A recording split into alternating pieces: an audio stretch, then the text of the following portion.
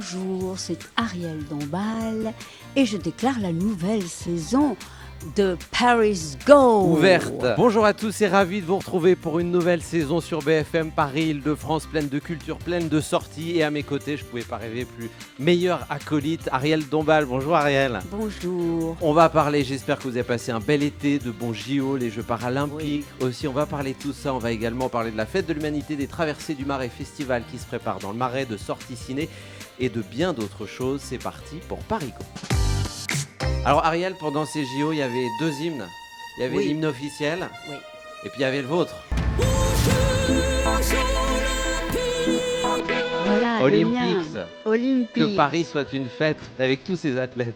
Tour Eiffel comme un trésor d'une pluie de médailles d'or. Et j'ai été comme la petite, car en effet, ça a été le cas, cette pluie de médailles d'or pour les Français. Vous avez suivi les JO, comment vous avez vécu ça, vous? Alors d'abord, j'ai eu donc l'honneur d'accueillir la flamme le 14 juillet et de chanter mon Olympics autour du fameux chaudron. Ouais. C'était extraordinairement mémorable, évidemment. Devant l'hôtel de ville. Alors cette musique, quelle était l'idée de départ?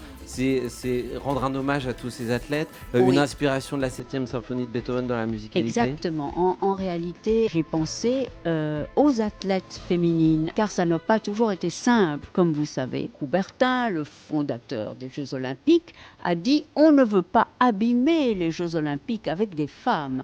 Donc là aussi, ça a été de haute lutte que les athlètes féminines triomphe aux Jeux Olympiques. Donc c'est pour ces athlètes féminines que vous avez créé cette chanson. C'est pour ça que j'ai créé cette chanson, et aussi Gloire à Paris, parce que j'ai la chance... The City of Lights. The City of Lights, et Paris dont tout le monde rêve, et cette phrase de Hemingway, que Paris soit une fête. Je l'ai repris dans Olympics, que Paris soit une fête pour tous nos athlètes. Je sais, vous avez suivi notamment la natation. Oui, la natation. J'aime beaucoup la natation. Et c'est vrai que la première femme qui m'a éblouie comme athlète, et c'était un petit peu pour lui rendre hommage aussi, c'est cette championne de natation, Esther Williams, que Hollywood a volé de la natation pour faire les plus jolies comédies musicales autour de l'eau. Mais si on écoute un extrait d'Olympics. Ah oui. Allez, c'est parti.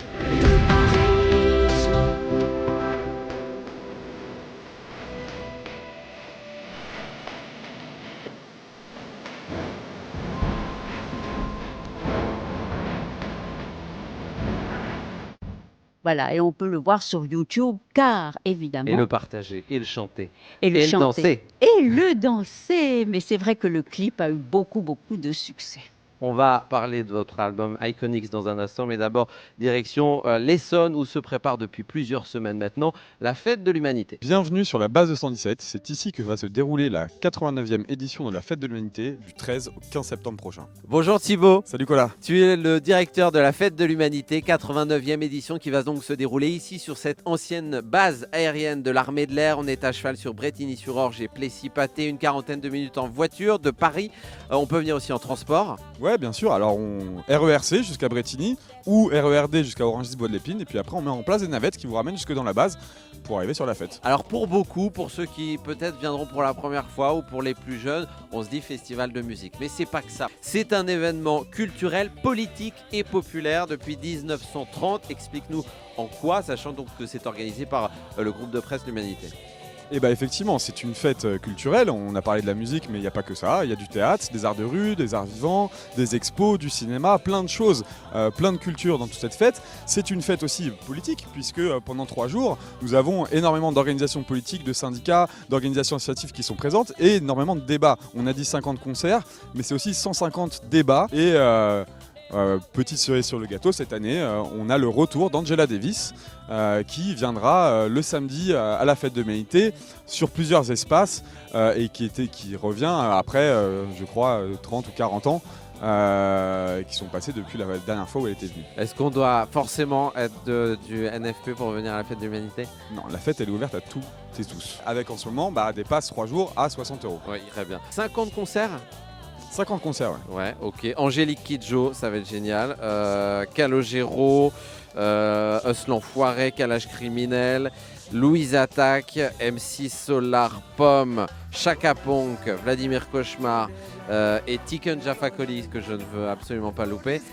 Toi, ta pépite, quel est le concert que tu veux pas louper? Bon, il y en a 2, SCH et puis Louise Attaque aussi. Ok, Voilà. Louise Attaque, on va Ça, c'est t'entendre personnel. chanter. Très bien, l'idée c'est d'apaiser ou d'enflammer les débats encore plus? L'idée, c'est de trouver des solutions, donc on va essayer de trouver tous les moyens pour faire en sorte qu'il y ait quelque chose qui se dégage de ces 3 jours de fête et de ce débat. Discuter, réfléchir ensemble et écouter de la bonne musique. C'est la fête de l'humanité du 13 au 15 septembre, ici, base 217 sur Brétigny-sur-Orge et le Plessis-Pâté. Merci Thibaut. Merci Cola. De retour avec Ariel Dombal, ici on est au Club Marigny, avenue des Champs-Élysées. Il y a votre photo qui est là derrière. C'est vrai, juste à côté de Serge Gainsbourg. Iconics, c'est également votre actualité, cet album, on en a dit un mot tout à l'heure. Alors il y a 8 titres avec des chansons et là aussi c'est un hommage à des femmes. Aussi bien Shirley Bassey que Marlène Dietrich. Années 50, 60 et Voilà. plus. Pourquoi vous, Ariel Dombal, vous avez envie justement d'être reconnaissante envers ces femmes? Parce que j'ai une éthique de l'admiration et je crois que c'est ce qu'on peut faire de mieux que d'avoir de grands modèles et d'être ébloui par ces modèles et qu'ils soient... J'ai envie qu'on écoute Fever, Ah oui, Fever. qui nous ramène en 56 aux États-Unis. C'est donc une reprise de ce titre, cette chanson d'amour standard de jazz, rhythm and blues.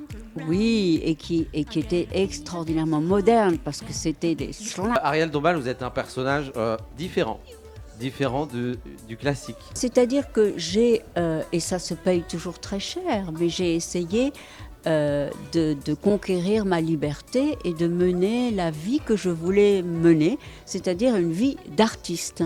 Et donc, je m'en suis donné les moyens en travaillant beaucoup, finalement. Il n'y a pas de mystère.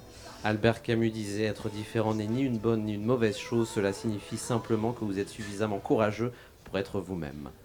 Exactement. On va parler dans un instant cinéma, puis j'ai une série de questions en vrac à vous poser, Ariel, si vous êtes d'accord. Mais d'abord, on va aller dans le Marais où se prépare un autre festival, les Traversées du Marais, organisé mi-septembre sur le thème de la surprise cette année, avec de la magie en plein air, des expos, des ateliers, avec Soraya et Florence. Bonjour à toutes les deux. Bonjour Cola.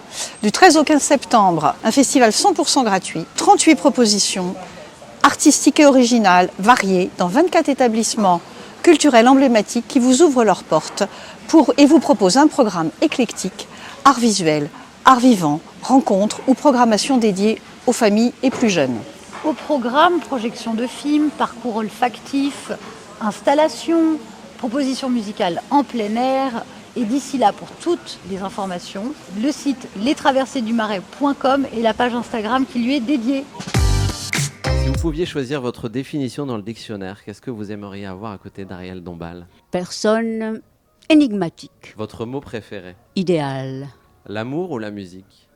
les deux. Je voudrais que vous me parliez de votre rapport à la scène. Essentiel. Je peux m'attendre à un paroxysme de joie et de se sentir à sa place. Pour finir, un film qui vous fait rire. La Grande Vadrouille, comme la plupart des Français, parce que ça reste mythique.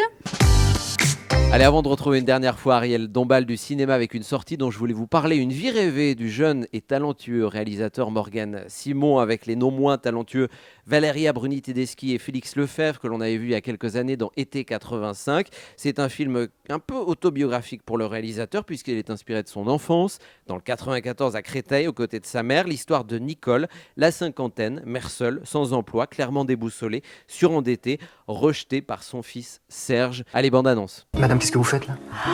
C'est bien la banque ici, madame. Pardon, excusez-moi. Oh, je crois que j'étais chez le médecin. Vous êtes à plus de 40 000 euros de dette. Vous Ça, vous rendez compte? c'est beaucoup. Tiens, C'est quoi?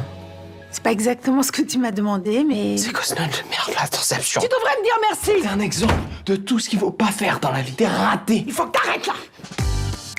Merci beaucoup Ariel d'avoir été avec nous pour ce premier numéro de la saison de Parigo. Je suis ravie d'être avec Parigo. Paris, go on! C'était un plaisir. Merci beaucoup Ariel.